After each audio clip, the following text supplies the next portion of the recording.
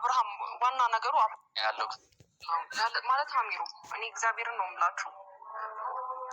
ምናልባት በር ስለከፈትኩለት ያን ነገሮች ስላስጠነቀቀኝና ኤፍሬም በዛ ልክ መሄዱ እኔ ላይ ይሄን ያህል ምንም የሚፈጥረው ነገር የለም ማለት አብርሃም ዋና ነገሩ አብርሃም ስለከፋኝ አብርሃም ከጎኔ ስለጠፋ አብርሃም ያለበት ሁኔታ ስለማላቅ ነው እየጨነቀኝና እየከፋኝ ግራ እየገባኝ ያለው ገባሽ? ምንም ቢሆን አብርሃም በምንም ጭንቀት ውስጥ ራሱ ቢሆን ስልክ ያነሳልኛል። እዚህ ቦታ ነው ይለኛል። እንደዚህ እያደረኩ ነው እስቲ ማውራት እንኳን ባይመቸው ማውራት እንደማይመቸው ቴክስት ይልክልኛል። እና እንግዲህ አስበው ከትናንትና ጀምሮ ስደውል ስልክ አላነሳልኝም። ዛሬም ቀኑ ስደውል ስልክ አላነሳልኝም። ስራ ቦታውን ሄድኩኝ የለም አልመጣም ነው ያሉኝ።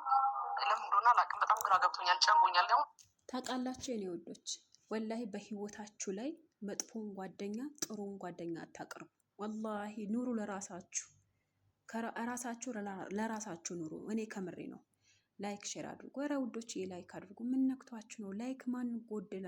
ማን ጎዳ? ምን ይጎልባችኋል? ላይክ ብታረጉ።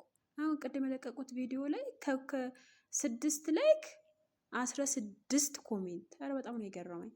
እና ውዶች በህይወታችሁ በትዳራችሁ ወላሂ ጥሩውን ጓደኛ መጥፎውን ጓደኛ አታቅርቡ። ወላሂ ነው የምላችሁ። እኔ ሄርሜላ በጣም ነው ያሳዘነች በጣም እና አብርሽ ለምንድነው ጥሏት የሄደው? አንደኛ፣ ሁለተኛ ነገር ለምንድነው ስልክ የማያነሳላት? ትላንትና ብቻ ሳይሆን ስልክ ልክ ኤፍሬም እንደገባ ስደውል ነበረ፣ ግን አብርሃም ስልክ አላነሳላትም። በምን ምክንያት ነው ጥሏት የሄደው? አልገባኝም። ነገራቶቹ ወዴት ከየት ወዴት እየሄዱ ነው? አብርሃም ደግሞ በምን አይነት